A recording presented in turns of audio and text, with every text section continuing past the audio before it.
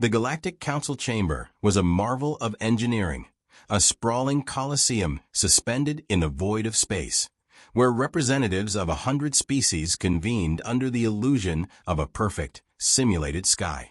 Ornate banners displaying ancient lineages and military triumphs draped the towering walls. Holographic displays flickered with historical records of battles, conquests, and duels fought to establish dominance among the stars. It was here, in this hallowed arena of diplomacy and warfare, that humanity's fate was being decided. The air was thick with condescension as High Arbiter Velix, a towering being with translucent blue skin and 6 luminous eyes, addressed the assembly. His voice, smooth yet laced with disdain, echoed across the chamber. The matter of humanity has been debated long enough. They claim a seat among us, yet they cower behind their fragile shells of diplomacy. Their history is one of evasion, of avoiding war rather than proving their strength. A low growl of agreement rumbled through the chamber, none louder than the Drathkar delegation. They were a brutal species, forged in the crucible of ceaseless war, towering creatures clad in organic plating that served as both armor and a mark of their station. At their forefront stood General Krauser, his crimson eyes narrowing as he stepped forward, his voice a guttural snarl. Humans do not fight. They negotiate. They bargain. They beg. In our culture, respect is earned through battle, not words. There were murmurs of agreement from the assembled representatives. The Valari, masters of psionic warfare, inclined their heads ever so slightly. The Oberyn, whose civilization had risen through centuries of calculated warfare, tapped their armored claws against the stone floor in measured approval. The consensus was clear: humanity was weak. Ambassador Elias Carter, humanity's sole representative in the council, adjusted his uniform, though his expression remained impassive. He had known this moment was coming. Ever since Earth had established contact with the intergalactic community, humanity had been underestimated, viewed as an anomaly, a race too young, too untested to have any real presence in the grand theater of war.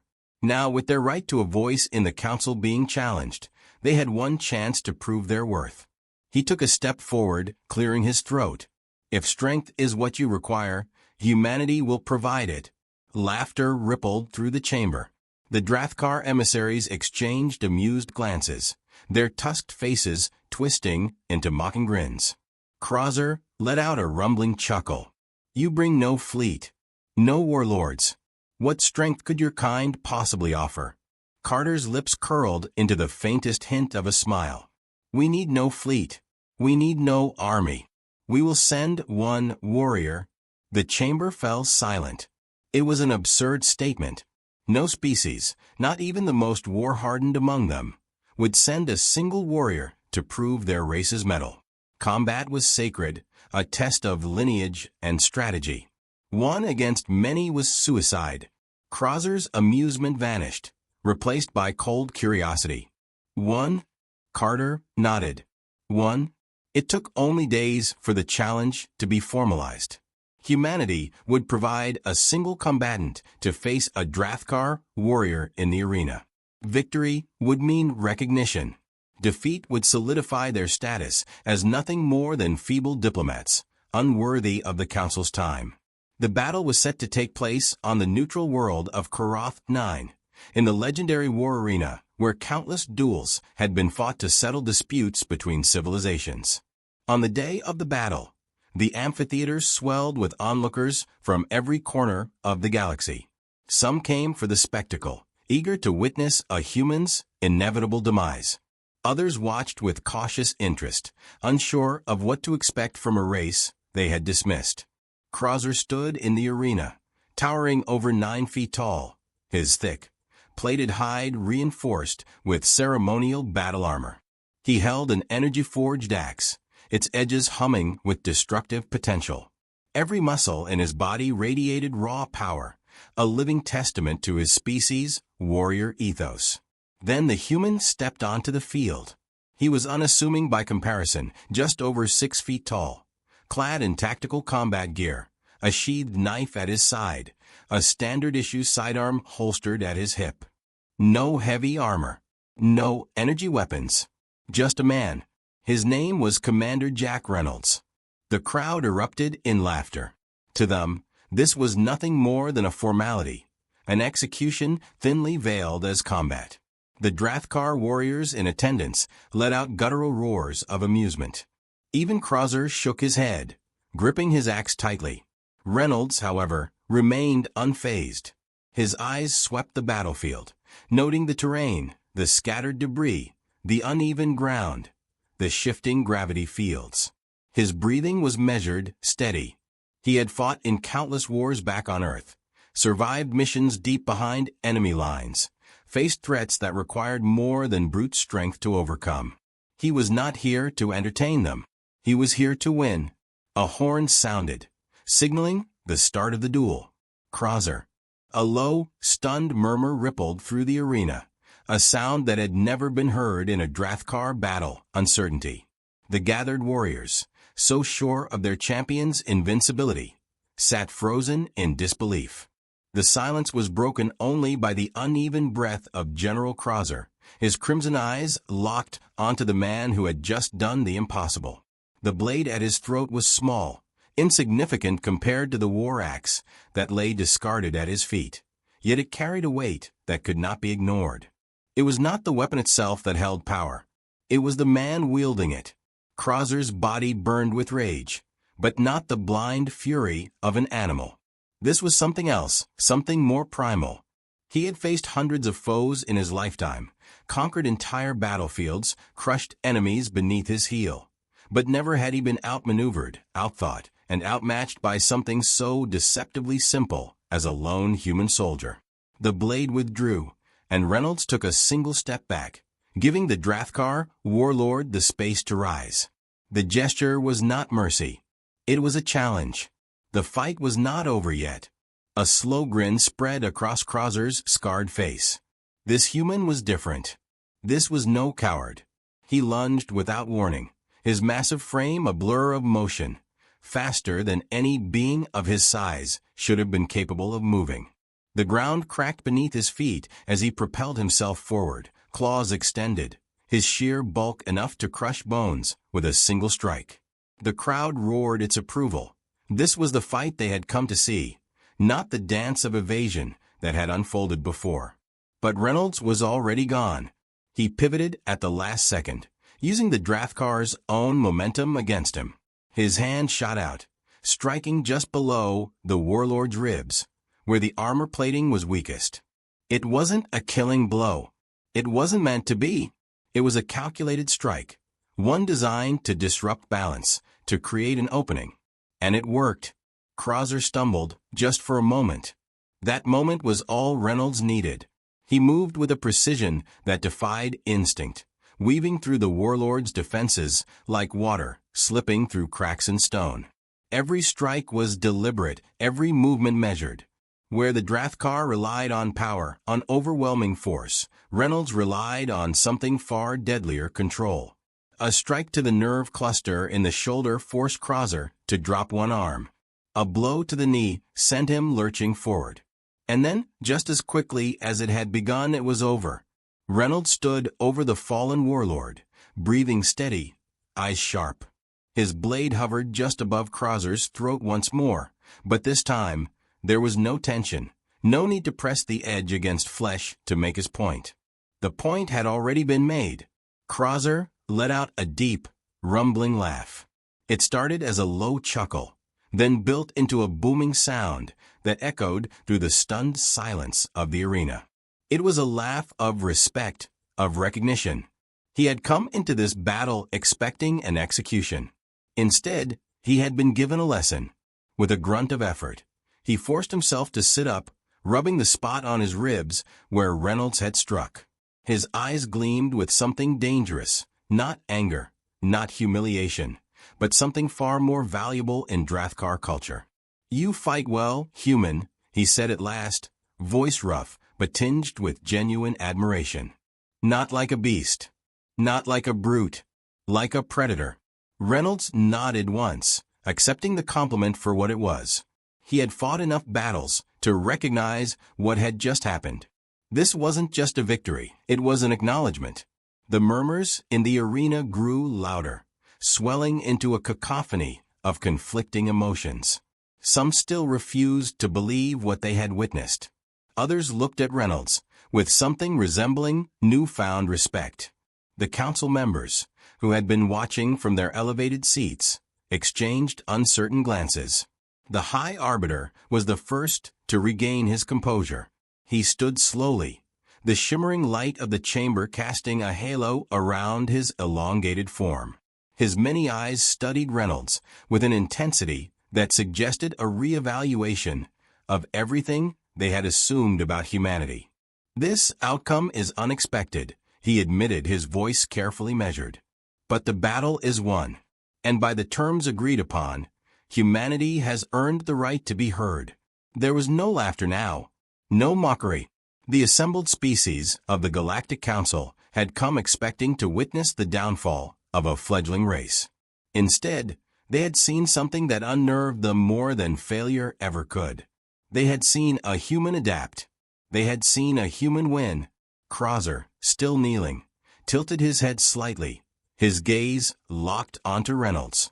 Then, in a move that sent a ripple of shock through the arena, he pressed a fist to his chest in the ancient Drathkar gesture of respect.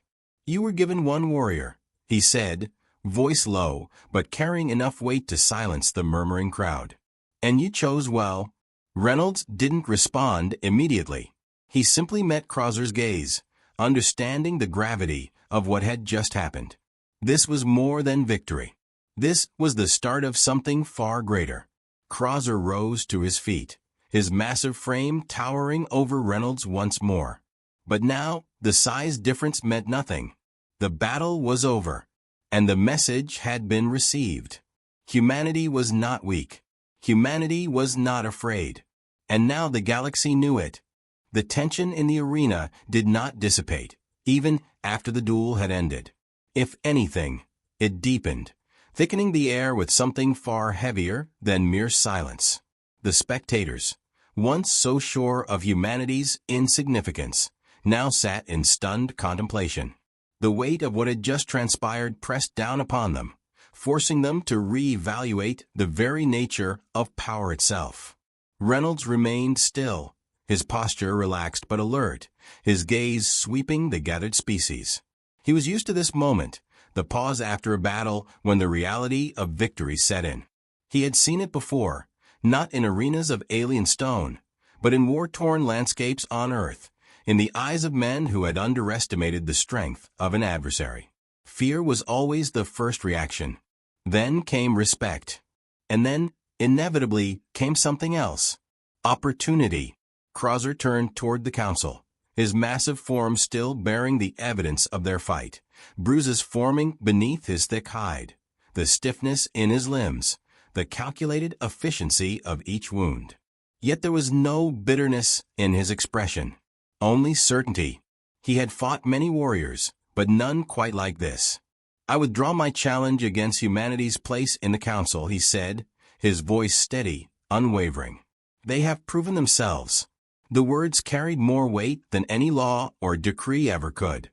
The Drathkar were a race that lived and died by the strength of their warriors, and for their greatest champion to yield, not in submission, but in recognition, was a moment that history would remember. The High Arbiter remained motionless, his luminous eyes unblinking as he regarded Reynolds, with newfound calculation.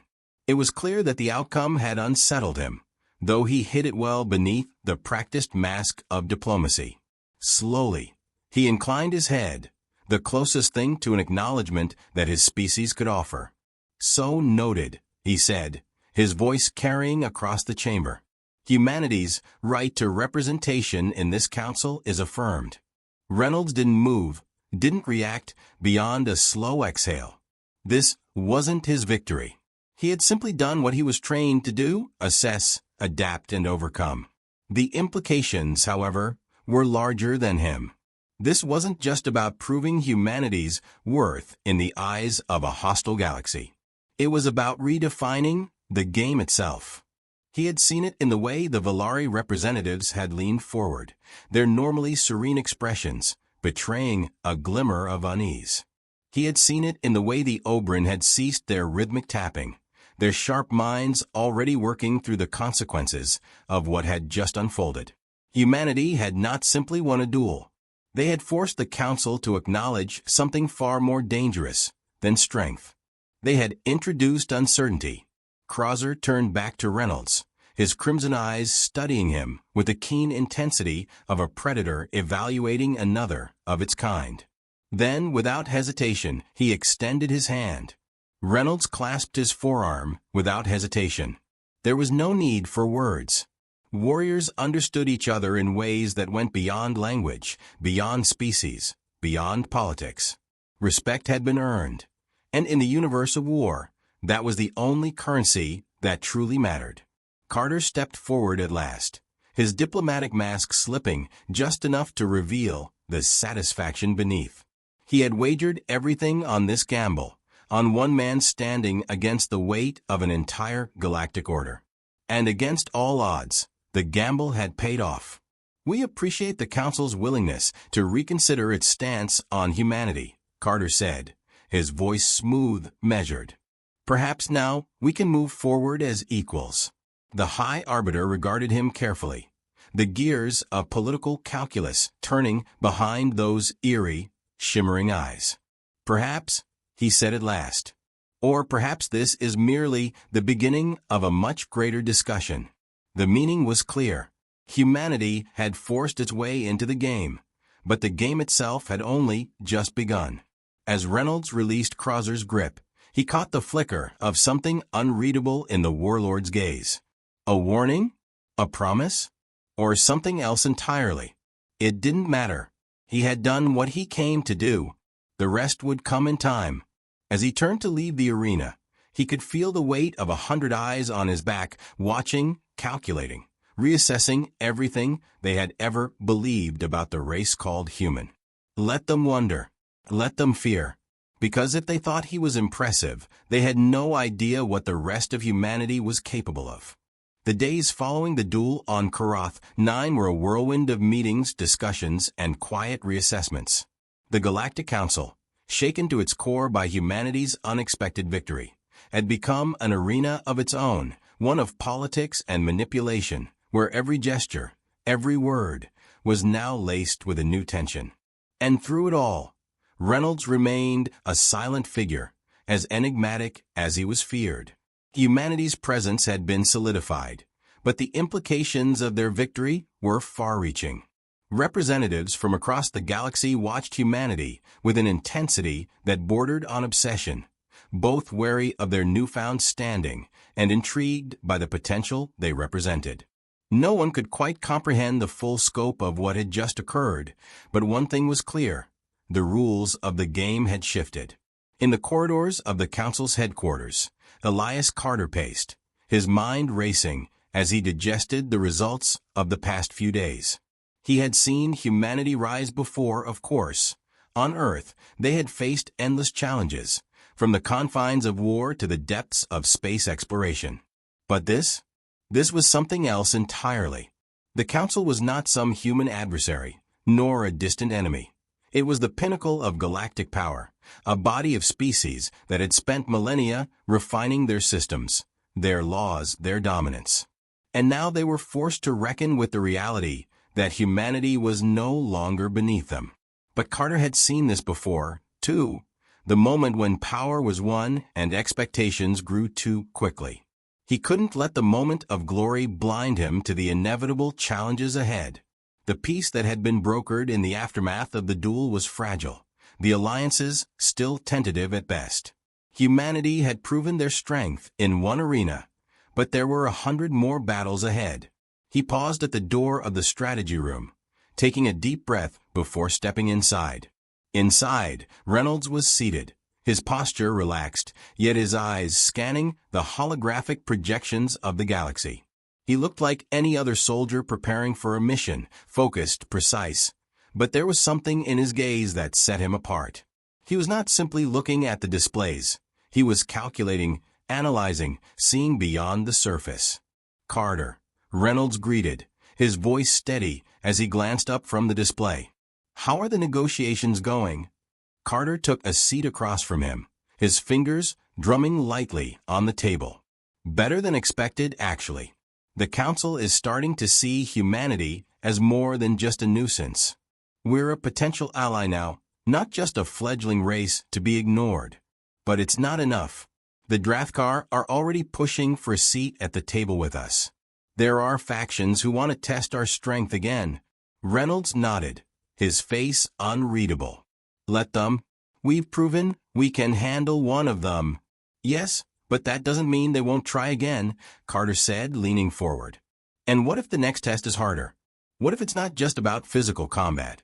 Reynolds met his gaze, and for the first time, there was a flicker of something behind his eyes, a quiet acknowledgement that Carter's concerns were valid. "We'll adapt. We always do." But Carter wasn't convinced. "You're not worried?" Reynolds paused, his fingers tapping against the edge of the table as he contemplated the question. "Worried?" he repeated, almost amused. "The universe doesn't care about worry. It just cares about results. And right now we're getting results." Carter exhaled sharply. "Yes, but at what cost? You proved something on Koroth 9, but you made a lot of enemies in the process. People will be coming for us now, and not all of them will want a duel. Some will want to break us politically.